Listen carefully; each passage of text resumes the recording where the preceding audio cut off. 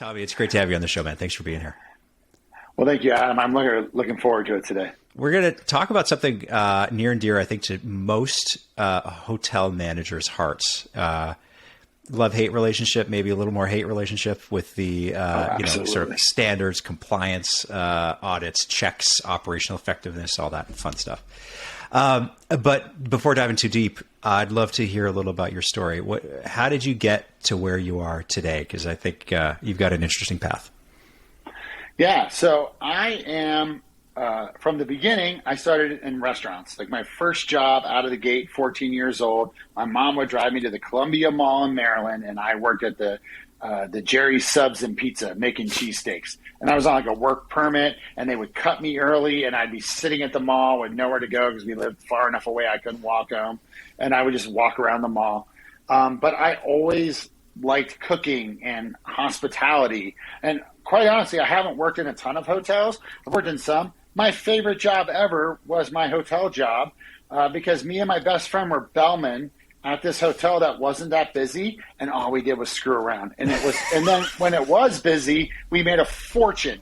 You know, you're in high school, yep. Like a senior in high school. Like we got golf carts stuck in rivers, and like, you know, one guy fell off a golf cart and blew out his knee, and like it was just that kind of thing, driving through the snow. But then it would get busy, and all of a sudden you make $200, and you're like, what am I doing with $200? Like, yeah. I'm in high school in the 80s, right? When minimum, I found the pay stub was like $4.25 an hour is what I was making minimum wage. So $200 was like insane. Yeah. And so I was going to go in the military, but it didn't end up working out because of some stupid stuff. But I had nowhere to go, but I was already accepted to military college. So I went to Valley Forge Military, and I cooked there. So like I worked in the kitchens, and we had a big, you know, banquet hall and all that stuff. And then I transferred and went and got a hotel restaurant degree. And so I ended up at University of Denver with a hotel restaurant degree. Was really interested in restaurants and hotels. And then I ended up like focusing on country clubs. Got my first job out of college back in the East Coast. 2 months into that, a friend of mine, I was like getting my ass kicked, you know, first job, excuse my French. And, you know, because you go to hotel restaurant school and you know nothing. Yeah. Like it's one of the few like degrees where you know in theory what you should be doing, but when you actually get to the location, you realize I don't know anything and I got to start over. And I actually need the waiter to train me because I don't know how to do this. You know, it's not like there's universal standards. And I was getting my butt kicked. And I remember telling a friend of mine, hey, I should just be a stand-up. You know, I'm 23 years old. I go, that would be way more fun than this. She's like, you should. You're 23. What are you going like? You're going to be 40 with a wife and kids and a mortgage, and then regret that when you were 23 and you didn't have any of that, you didn't try stand-up comedy. And I was like, you know what? You're right.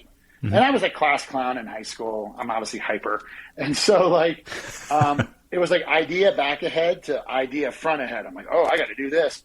And so I just figured it out. I like found an open mic in Baltimore. I signed up. I went down like 3 weeks later. I wrote some horrible jokes. But I remember I said a joke and everyone laughed, and it was a very small room in a basement, you know, and probably the size of my office actually. Mm-hmm. But when people laugh when you're on stage, everyone's heads go back. And I remember everyone's heads went back laughing, and I thought to myself, like in that moment, remember this. This is like the greatest thing ever. You need to do this. And so at that point, I became a professional stand-up comedian, not really, but in my mind, I was like, this is what I do now, and I can just the great thing about being in hospitality is that there's always like it's meant for people who are doing stand-up comedy or artists or exactly. So during the next decade, I did everything from wait tables at Dick's Last Resort and make fun of people to manage one of the busiest PF Chang's in the country to, you know, did independent consulting on inventory systems, just whatever, man. Anything hospitality, I just used my like connections and my knowledge, and I just did that for about a decade. And then I got like, I was in my mid 30s now, and I was tired, and I wanted a couch and health insurance, and I was like, I gotta figure some stuff out here, you know, like this is not working. I wasn't famous or rich yet, and so I thought, so here's a true story. I was at the Las Vegas Comedy Festival with Josh Blue. Him and I kind of helped manage him because I worked at the local comedy club. We drove out together. We slept in my car to get out there, and we're out there performing. And Josh Blue has just been on America's Got Talent. Like, I don't know if he won it or not. I haven't checked, but him and I were buddies. Anyways, he won like $10K at the Las Vegas Comedy Festival. I did my big performance during a fire alarm. So, stand-up comedy works great when there's a fire alarm or a lot of distractions.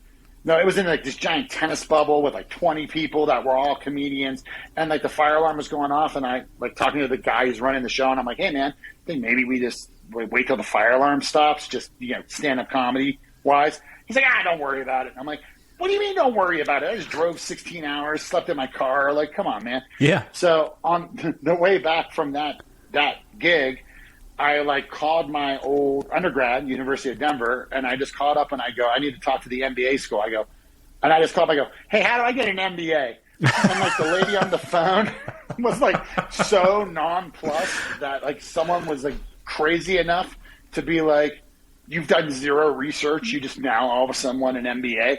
Because in my mind, with all the marketing around MBAs, I was like, oh yeah, I can totally just make a 10-year gap of actual work experience disappear with an MBA.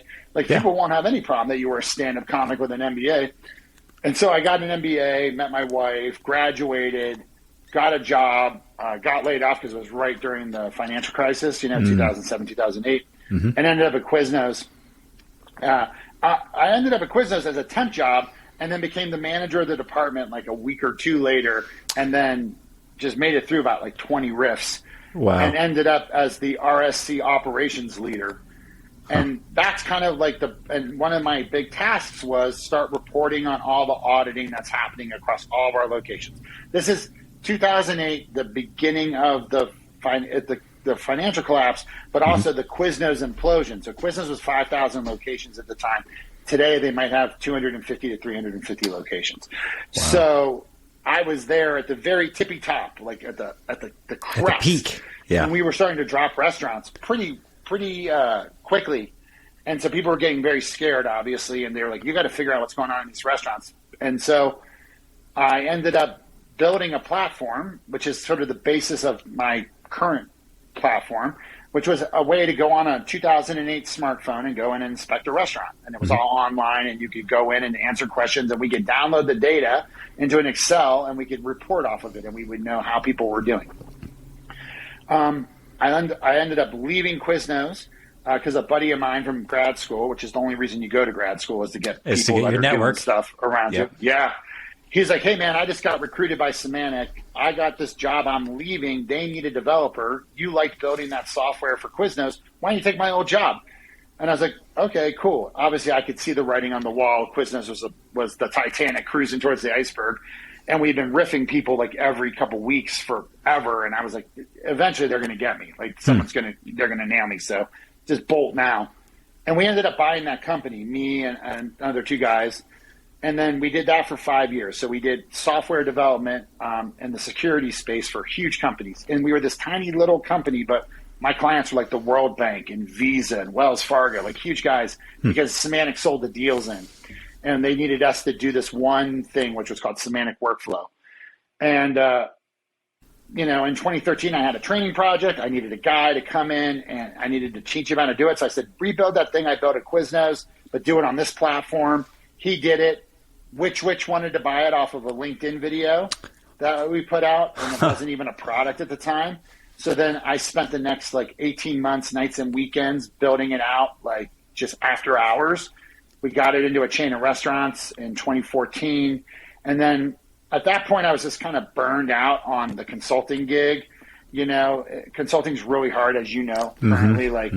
And especially software consulting is really hard. I think one of the hardest things you can do, because you're not working with professional software people. You're just working with business people who just keep changing the requirements constantly, and it just gets all convoluted. And so we decided to kind of end that company, and my current business partner, Eric, and I started OpsAnalitica with the software I had built there as our kind of MVP or minimum viable product. And, and then we just launched our company and just bootstrapped it. And we've been in business since 27 years now. It's 2015. So. Wow. That's incredible. And it all started with, effectively, getting an entry into hospitality, like a lot of us do. And you sort of find your path. You find the thing that kind of speaks to you. And do you think it was the was it I hate to say the word compliance, but like, the making sure that maybe the integrity of the operation is a better way to say it, did you have a passion to make sure things were done the way they were supposed to get done? Or was that just a thing you sort of tripped into with Quiznos? Well, I think it came from a couple of different parts of my career, right? Obviously, you go to the college, you learn about systems, and you know that there's a right way to do all this, right? And that was undergrad. And then MBA is sort of the same way. The whole MBA, in my mind, wasn't about actually learning business. It was learning that these things, someone's already thought this stuff out and how to figure it out, right? Mm-hmm. But when we were at Quiznos, our biggest problem was non-compliance. We couldn't get the franchisees to do what they were supposed to do, even though it was in their best interest. That relationship was so sour by that point that people were just working against their own self-interest, just to stick a thumb at the man, right? And my first job at Quiznos, which I didn't mention, was I ran the franchise assistance program.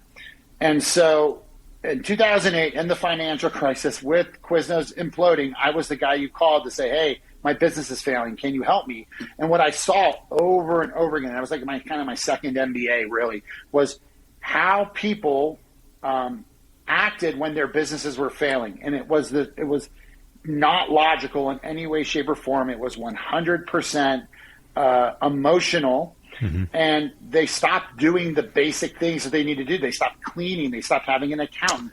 They stopped going and buying approved products and all these things. And all that got into my head. And I'm like, there's an issue. And then obviously I worked at one of the busiest P.F. Chang's too.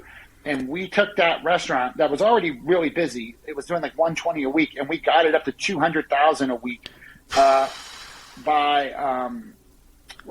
during like 2001. So starting in like January, I was like the floor manager, and we just did everything by the book. And it's like all these individual little experiences, right, kind of came together.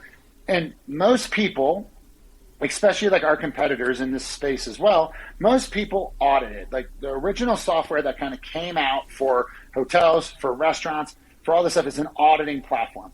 And audits are really easy to do because it's generally one giant inspection and you just go in and do it on some sort of cadence, right? Mm-hmm. But from my own personal experience, from all these different aspects, I realized auditing is great as like a benchmark. Oh, okay, did we move the needle from Q1 to Q2? But it's not, you're not going to drive behavior and consistency and better sales and better profits and better customer satisfaction unless you're focused on the day-to-day operations. So from day one, I was always like, we got to do day-to-day. Like audits, you can do audits on a day-to-day platform. It's actually really hard to transform an audit platform into a day-to-day platform because there's too much variability going on. But I just knew, like, if we can't get the team, and I think a lot of that came from that Chang's because like we just went back to basics, right? Like the Chang's philosophy, 4 table stations, lots of training, lots of really taking care of people, just really timing everything out, all those things. And we just focused on the basics and we got better and we incrementally grew. It was every week we were just adding a couple $1,000. We were hitting like personal records on Saturday lunch, like, what the heck? And this is when Chang's was hot. Like we had a 90-minute wait on a Monday night type of thing. Yeah. But so anyway, all that came together, and I was just like, it's got. Oh, and also military school too. I think too, just SOPs for everything. I was just like, dailies are the way to go. If we can, because the thing too about an audit's like a balance sheet, right? It's a snapshot in time, right? But your compliance changes shift by shift based on who's the shift supervisor, what employees do you have on there, and so. And the problem is consistency, right? And consistency is only going to be driven by making sure that we double check what we're supposed to be doing and making sure we're ready, right? And it all kind of stems from that. Yeah. And so that was just my focus. Yeah, I'm curious to get your thoughts because when you take an audit, I have personal experience with this. Like back working for especially St. Regis several years ago, there were brand standards that had to be hit. There were AAA standards, there were Forbes standards, there was a third party that came in and did, their thing. And they all kind of spoke to each other, I guess, fundamentally, somewhat. They were kind of looking at similar things. But, when we were trying, I don't want to say we gamed the system, but you're trying to get to an end result. And so you reverse engineer the audit and you're like, okay, we have to do all of these things to make sure that we get the result we're looking for. And then you build the systems and the checklists and the meetings in place to have on a daily, weekly, or monthly basis, depending on who your audience is. And it was incredibly labor intensive to go through that. And it was arduous on everybody because there were obviously a lot of stakeholders who were invested in the outcome of those audits. So you sort of it quickly sort of mushrooms, right?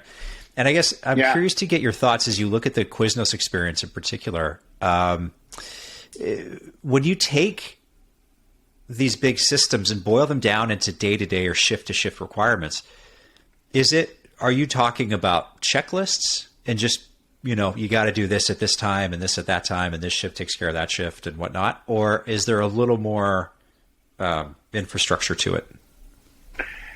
So I think that first of all, there's two kinds of checklists, right? Let's break that down because it can be like in our system, we call them checklists, but they can be anything: checklists, audits, logs, forms, whatever. It doesn't matter. It's just a way to capture information and data and also to guide people through a process, right? So, and I just wrote a blog on this, but there's basically pre-process checklist and post-process checklist. So a pre-process checklist is going to be something, for instance, a line check, right? I got to make sure everything's on the line, everything tastes right, everything is safe so that when we go to have breakfast or lunch, that not only can we maximize our sales opportunity, right? Number two, we're not going to get anyone sick, hopefully. And number three, that everything tastes to the standard so that people are happy with the food and beverage. And so that pre-process checklist is a checklist that you're going to do prior to something, right? The shift or the meal period or whatever it might be.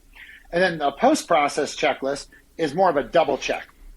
And so, for instance, if I'm a housekeeper, right, I would slow the housekeeper down by having her go through my system and go, okay, scrub the toilet, okay, scrub the sink. That's arduous, and that's all that housekeeper's doing all day long is crimps. But at the same time, we need a double check that we didn't miss anything, because the problem with the job like a housekeeper is that you've been cleaning rooms nonstop for 6 months. You can't remember what you did in any particular room because it's all just a blur. Mm-hmm. And yet there are 10 things that are criticals that I want you to double check before you walk out of the room, right? That the bed is made, that, the iron's where it's supposed to be, whatever those 10 things are, there's towels folded, and so I want you, before you leave, just to grab a tablet or a phone and go through and go, yep. And better yet, take photos. Click, click, click, click, click, click, click. Mm-hmm. And then walk out the door. So going back to your original question, I think it's a combination of these different forms that you give to your team. And you try to make them as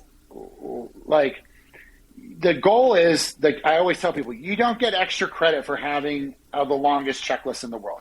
I see these line checks that take 90 minutes to do, and they got 10% compliance because no one's got 90 minutes to do them.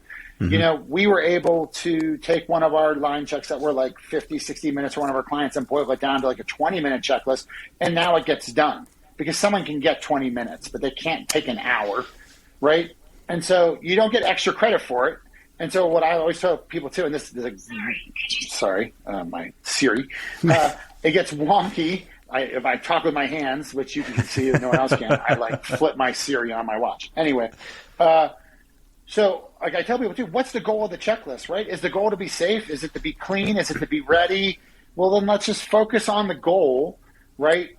And let's have a goal, and let's try to make it as the least amount of arduousness as possible, but at the same time, let's accomplish the goal of what we're trying to do at that time. Yeah, and But I'm sorry to cut you off, but that's a really good point and you alluded to it when you were doing the kitchen setup or a housekeeping job in particular. Yeah. There's so much in the industry that's repetitive, and you get on autopilot, and you have to you do your Mies, right? You set everything up the same way every time. Bartender's the same way, and you stop seeing things when you've been doing it for a long time, and that's why 5 people could walk through a restaurant or a guest room, and 5 people find 5 different things that need to be fixed. Yep.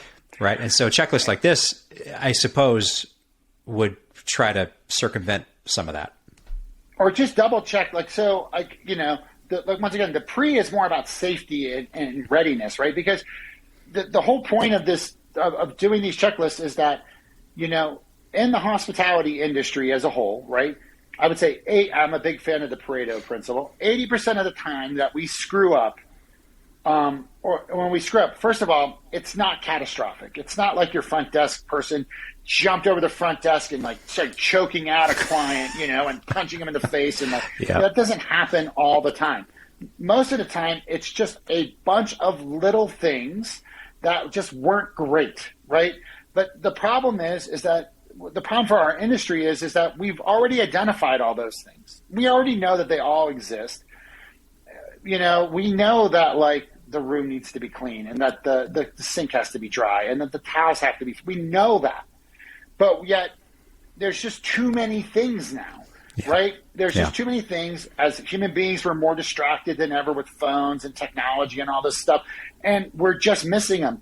And you just miss a couple little things, and all of a sudden you went from an A experience to a B experience, and that B experience means I might not come back as quickly as I will, or I'll just go, was the St. Regis worth $750 a night? I don't know.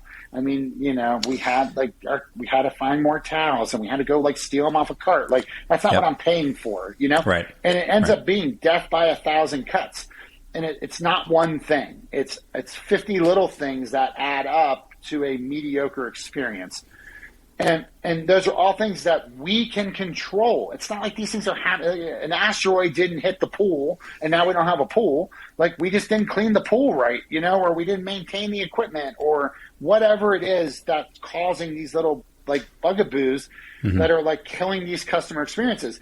And the other thing that we have to look at too, so you have the operational part, but now everybody's a baby and has this gigantic voice. And they can go out and they can just scream it from the rooftops. 3 stars, 1 star, And also, we expect everything to be perfect all the time. I mean, I do. I get so angry when people screw up. And I'm sure my clients get mad at me when I screw up. You know what I mean? It's the same thing. But we're all our customers are giant babies, and they have way more competition than you ever had before. It's not like you're the hot shop and you're the only restaurant for 80 miles. Yeah. Yeah. There's 50 restaurants in 10 feet of you that do the same thing now. They don't do the same thing as you. Yeah. And all the food's the same because it's all coming from 3 major suppliers and 50 commissaries. So it's good point. We have too much competition, and we're shooting ourselves in the foot because we're not giving our employees the tools, and we're not holding them accountable to using the tools that we give them to be great.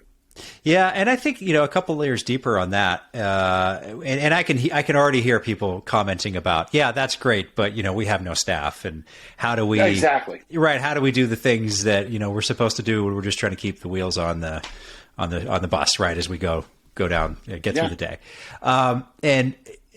Have you seen in working with any of your clients, particularly in the last couple of years now, that getting more diligent in what we're talking about today within your operation, does that help staff? Does that help retention? Does it help people maybe get their arms around what they're coming in to do every single day? Does it make the job easier, I guess? Yes and no. So it was interesting. I was just talking to some guys yesterday that are piloting the system, and they were they're in Louisiana and they have 100 shops. And they were we had the hurricane and the pandemic and then Omicron. And he's we were running these restaurants and they were dirty and they were not running well. And we know that we were understaffed, no one was coming to work, and we were just trying to keep the lights on. And he's now we're finally all the aid's gone and we're staffed up again, and now we're trying to get back to our standards from like 2 years ago, you know, is what he was saying. And so people hate checklists in general. Now that their hatred of checklists in general are mainly, number one, stem from the paper checklist world, where they were just deemed as busy work, right? Because people look at them and go, I've been doing this for 20 years, right? I don't need you to tell me to go check the walk-in. But then the reality is that if you don't tell them to go check the walk-in and hold them accountable to doing it, they just simply won't do it. So people take it as an affront to, you know, their own professionalism, if you will, and their experience. And also, so that's part of it, and that's ego, right? That's simply ego. And also, it stemmed with a paper checklist. No one ever looked at them. And so, and no one, that's true. And because you had no visibility, no accountability mechanism, no way to report on anything, you simply had a clipboard and a piece of paper. And you know, what's the number one rule of giving feedback? Timely feedback, right? Like timely, honest, non-judgmental feedback. So many of these checklists have just been pencil whipped or never done because no one could catch you in real time not doing them. And then no one ever looked at them, and no one ever took any of the data off of them, and nobody ever used this wealth of information. And then they simply just got thrown away or shredded 6 months later, right? So they were like the definition of stupid busy work. And so, and everybody in the world could go, well, I could do this stupid checklist that Adam's never going to look at and won't know that I didn't do, or I can go out and like get the restaurant ready to go. What do you think I should do? Like that attitude, right? Right. And so that's why they hate checklists in general. But the reality of the situation is that we now, all our jobs are more complex because of all the different, even if you just run a restaurant today versus like one 40 years ago, all the setup's the same, right? But now you have 50 apps you're in charge of that you have to go get numbers out of and plug in here and move there. So now you have like all this extra complexity that you need to do. And so just the reality is that jobs are more complex than they've ever been before. Just there's too many tasks for a human being to remember. I mean, people can only keep 4 or 5 things in their head at any one time anyways. Yeah. And the best of situation when you're well rested, you're fully staffed, everyone showed up, you know, not today where, you know, none of those things exist. And then today we now have this ability to use this data. And so we have to kind of flip the script on how this operational management is going to work, because the data that we're collecting, I can go in and tell you the number one issue at this chain right now, 2 clicks. Food safety wise, you know what I mean? Like I can pull that level of data out. And so now that our clients are getting hold of this data, they can't live without it. It's so funny to watch this sort of transformation that happens with these checklists. And by the way, the food safety and the daily operational checklists, they're like 10% of the checklists that these clients are building for themselves. Those are just the ones that everyone's familiar with. Those are the clipboards on the wall. But what we're finding for larger chains is that this is the way they manage the chain. This is how they manage the field. This is how they collect data in a timely manner and make sure that people are doing what they're supposed to be doing across everything. So much more around compliance. Like Seattle is a perfect example. Schedule compliance in Seattle is insanity. And if you biff it, you're going to get fined. That's right. And you're going to have to pay people for days they didn't work, and you're going to get fined by the state. And so like in markets like Seattle, San Francisco, New York, where like those labor laws, one of the biggest things that we're doing is labor law compliance checklist. Did you get your schedule posted? Did you make any changes? So corporate knows what to expect, right? Like it's really crazy. Yeah. Just a tool to run the business. What kind of data, you can maybe give us an example of how does it, so I've got 1,000 questions in my head. I'll try to boil them down into like one easy thing to answer. But okay, so you know, I'm a restaurant owner, I'm a hotel owner, hotel manager, and I hire you guys to do this for me. Yeah. So what does a typical engagement look like, and what data can I expect? And I know that that's a very broad question, but what data can I expect to make things better? What am I learning other than like, oh yeah, you know, Jimmy, you know, always goes late for lunch. Yeah. Yeah. So what we do is, first of all, our platform, like you could think of it similar to an Excel in the respect of it could be anything you want it to be. So we take your checklist. That's first and foremost. I'm not coming to you with checklists saying this is what you should do. I'm saying give me your checklist, your operational procedures, how you want to manage your business, and let me build them into my platform, right? So first and foremost, I'm just an extension of what you're already doing. The second thing that we add value on, just on a side note, is all that training and all those materials that you're buying and all those job aids, we literally put those in the checklist. So you're giving the person who's doing the checklist everything they need to do, right, to know how to do the checklist right then and there. Whereas like on a paper checklist, it just says, calibrate the thermometer. I can literally insert a video link to how you calibrate a thermometer right in the question. So you can just watch the video right there if you've never done it before. Mm-hmm. So I'm taking all of your checklists and I'm putting them into our system. And then what we're measuring on, we measure across the board, right? So we're measuring on the answers to the questions, right? First and foremost. If the answer is negative or it doesn't meet standard at whatever level, we can require photos and additional comments. Or we can take you through a series of remediation steps to solve the problem. So I had a client that was basically like, oh, the tabbouleh didn't make temp. Okay. So the next question that shows up is, was that made today or was it made in the past? And then based on that answer, I then said, okay, if it was made in the past, toss it because we don't know how long it's been out of temp. If it was made today, rapid chill it, right? Get it down and get it, chilled and get it out of the way. So like you can take people through steps. So now you can see their remediation. You can see exactly what they did. Take a photo of what you did or leave us a comment. That data is invaluable if you're drilling in on that specific question, like, why is the soda machine leaking? And you might have 4 or 5 options, and then you get comments and photos, and all of a sudden hey, we bought a bunch of soda machines with bad hose connectors. Well, don't buy any more of those, or maybe there's a simple fix, right? Whatever it might be. So then you're collecting just the answers to the questions, but then you start to learn about manager efficacy. And this is really where it gets interesting because now you can see, does this guy start his checklists on time? Do they get them completed? Do they pencil with them? Are they doing them on site when it comes to auditing? We heard of a Subway guy that was like going in and saying, give me $500 and you'll get an A audit. And he was going and playing golf, right? You hear those like horror stories. So we have this whole thing we call data accuracy scoring where we can actually, because we are the data collection tool and also the analytics tool, we can actually tell you if the checklist that was done accurately. And we're like one of the only people in the world that can do that because of the fact that we collect the data and just how powerful our system is. But so then we start to learn about how the managers are doing and addressing these things. What's the cadence of answering questions? Are they doing them correctly? Is this a recurring issue? Because what we should see is that recurring issues get flagged all the time. They should start to go away because you should get tired of going, this is always broken. Maybe I should just go fix it, right? Because you're making people check everything. So what it does is it allows corporate, if you will, or management at any level to determine how well their teams are doing at what they're supposed to be doing. Do we have recurring issues in our business, right, that we might need to address through training, through different procedures, through better equipment, whatever that might be.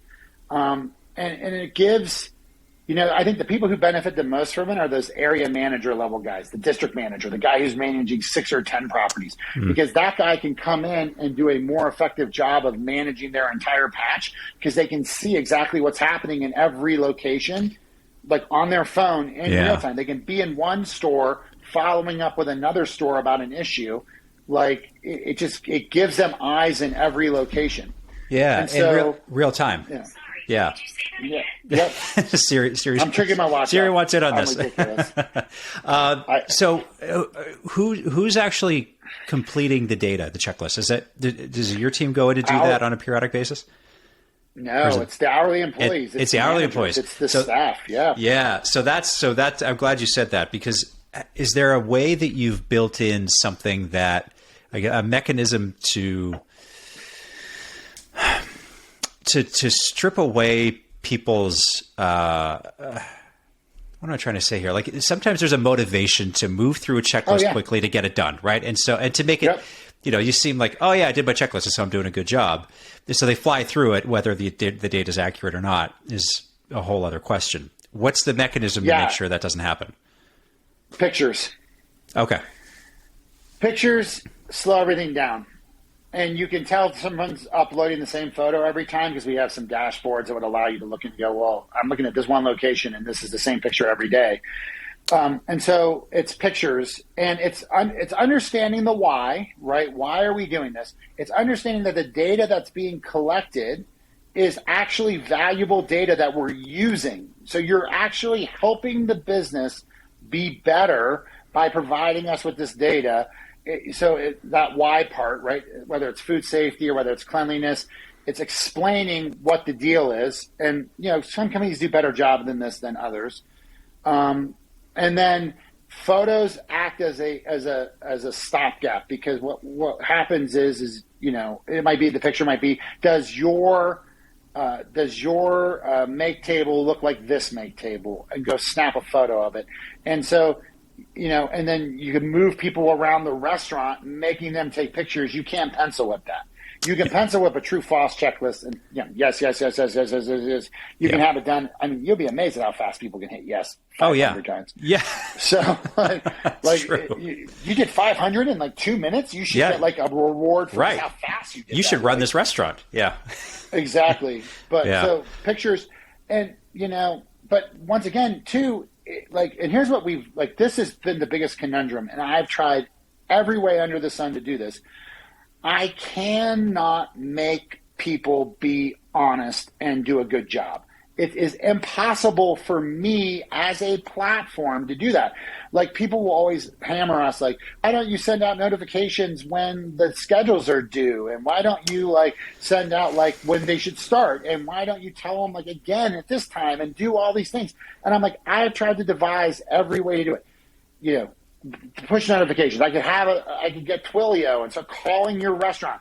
But at the end of the day, I am just a third-party vendor who is there to collect information on your business. Your managers have to manage your employees. And if you have bad managers, then this is going to very greatly highlight that you have bad managers. But that's good.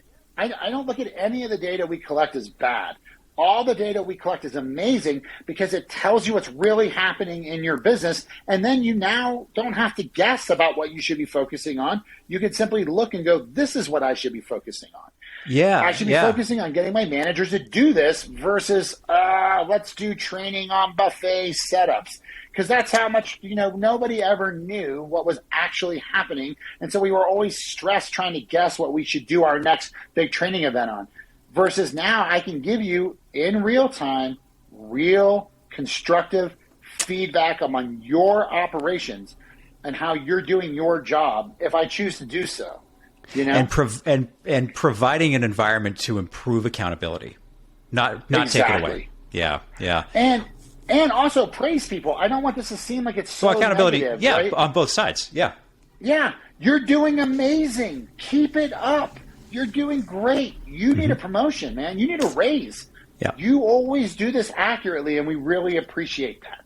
You know what I mean? That's as, if not more important, Yeah. And also, this really plays into that millennial thing, too. They love apps. They love being online. They want to feel like they're making a difference. They want to feel like if you're asking them to do something that is busy work, that they won't do busy work. But if you convince them that, look, the data we're collecting from this is keeping people safe, and it's making our ability to make decisions better. Mm-hmm. And you can gamify it a little bit, even better. Yeah, absolutely. Yeah, just reward your team for doing a great job. Yeah, and I think the big benefit here is that you take the existing checklists and you put them in your platform. You're not making up standards based off of a sample set of so many restaurants and this is what, and you're not talking about 80-20. You're not 80-20ing the checklists, right? And I think that's an important distinction, which a lot of other standards compliance companies, they will do. They will they'll give you the things that you should be doing from their perspective, because that's what all of your competitors are doing, rather than what you guys are doing on a day-to-day basis. I think that's the rub. That's the big difference. And we share best practices with people, obviously. Like if they ask, like we get on a call and go, this is what the best people are doing. The other thing that's really cool about our platform is that we have this thing called dynamic checklists, right? And so I'll give you an example. Qdoba. Qdoba is one of our clients. They're one of they're like one of our most proficient clients. Like they truly do an amazing job when it comes to food safety and daily operations. Mm-hmm. And they have one temp log, and that one temp log runs every single location in their chain. But what we are able to do, because our platform is very dynamic, is we go through at the very beginning when each restaurant came on, we said, okay, tell us what's in your restaurant. Tell us what you have. And then that temp log, when it loads, it looks at the attributes of that location. How many hot boxes, how many hand sinks. They don't sell pinto beans. They do this test. They're testing this item. And so every time that checklist loads, it is, like to use an inventory term, it's sheet to shelf to the exact location, which means that they can require every question to be answered because they're not leaving it up to that hourly employee to go, oh, is that an important thing that I should check? I don't know. I'm going to say no when it actually is, right? So like we can make it so that it's always exactly what's perfect for that location at that time of day. Yeah. And that means that you can require every question to be answered, which means that you're going to get completed checklists done. Now, it's not going to stop people from pencil whipping, but we can at least identify that in other ways and go, okay, these guys are pencil whipping, and that's a managerial thing. Go in and tell the guy to stop pencil whipping. Yeah. Reorganize your day a little bit, you know? Yeah. I think that this is interesting, and I've never used you guys. This is, again, not a sponsored episode, but I think there's a lot of value here in this way of looking at things. Sure, there's I guess the last point I just want to touch on before we wrap here is something that honestly just came to mind, where in the hotel world, there are plenty of standards and compliance auditors out there. And they're usually done by third parties. They're not done by the people at the hotel. And like I said at the beginning, there was a lot of value placed on those. But I think in a lot of cases, those were stripped away during the last 2 years. And whether it was business volume that did it, whether it was lack of staffing that caused it, a combination of things, there was a relaxing of standards. You even talked about a relaxing of standards for a company in Louisiana, right? And now people, I think, are trying to get back to where they were prior to the pandemic, but maybe reevaluating how they're doing it and wondering, like, is there really value in bringing a third party in that tells us if we should be doing the things that they say that we should be doing versus optimizing how their business is run through their checklist using a company like yours to try to make that happen. I think I'd be interested to see how that shakes out. Well, I think, it's kind of like I look at those audits, especially the hotel audits, and like hospitals get them too. A lot of things get them.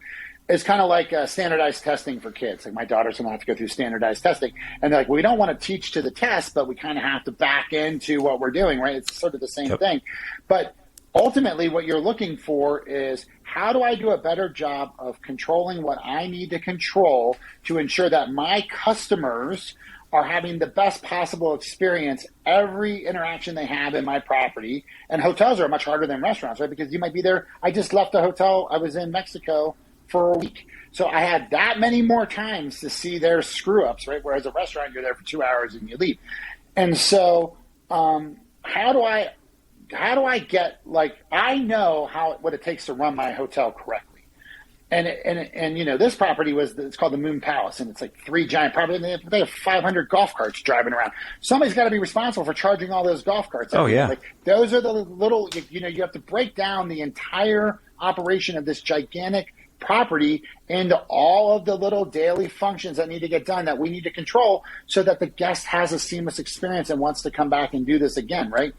And so it's, I think, more important for all hospitality operations is to focus on how do I control what I need to control? Because that's where the death by 1,000 cuts is coming, is when somebody misses one of those little dumb things and all of a sudden, it just cascades into the drive-through line's too long. The meal wasn't that good because they put too much salt in it. It doesn't matter what it is. When we stop checking and reminding people how to do their job, then they miss things naturally because it's just natural.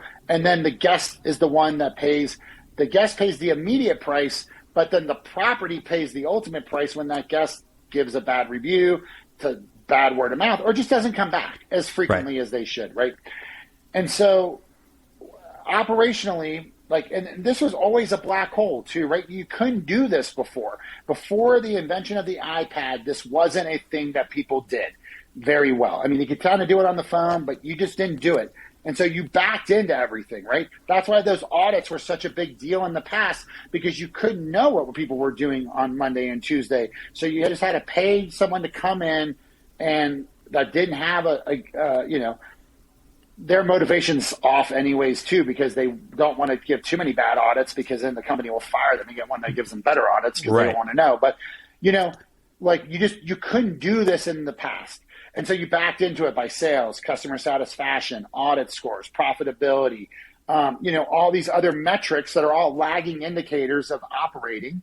And you said, okay, I have all these lagging indicators, and they point to the fact that I'm doing okay because my profitability is there and my customer sat numbers are fine, right? That doesn't mean you're doing great. It just means that that's what those numbers are. But now we have the ability to actually see what's happening in our operations and collect data and use that data to make better decisions, which just makes managing better. And now you're making a conscious choice to be living in the 1980s or the 1960s if you're not adopting this kind of stuff, right? Because this is something I want us all to close our eyes and think about. Imagine another business besides multi-unit hotel and restaurant operations where you have no visibility into how your business is actually operating on a daily basis. Just imagine that. Yeah. Imagine a world where but we all have lived it so long that we're okay with it. But if you were setting that business up today, do you think Google doesn't know what's going on their servers? Mm-hmm. Manufacturers have been able to do this because they were able to automate and put in all these systems, but hospitality and multi-location businesses just are on that precipice, right? Mm-hmm. Where you can actually know now. And what I can tell you is the people that are implementing stuff like this, it's changing the game for them. Going back to Qdoba, we started with them with 4 checklists. And I talked to the guy who brought me in, and he was like, yeah, we were thinking 4 checklists. That's all we were going to do. They have 120 checklists that they use to operate their business right now. And they built them all themselves. That's how easy it is to build them. But they built them all themselves, and it's every dumb little thing you can imagine that they have to manage from corporate. This is the platform they use versus email and Google Forms, all that stuff. Mm-hmm. And I know I'm rambling, but last thing, I truly believe, and I could be wrong, but this is the next battle. This is the next technology battleground for businesses battling businesses, because a company that has access to what's happening operationally in real time, that has data, can identify issues quicker. They can identify issues, they can do it quicker, and they can put solves out quicker, which means they are going to irritate, they are going to have less pissed off customers, right? Which means their customer satisfaction is going to go up, which means their word of mouth, their sales, their profits are going to eventually grow. And it's going to happen incrementally. And so the companies that are adopting this data-driven, systems-driven view to operations, whether it's my platform or my competitors, they are operating better and making better decisions than the competitors that don't have that. And it's like a snowball rolling down a mountain. It's little things. It's all death by 1,000 cuts. You just keep eliminating those 1,000 cuts.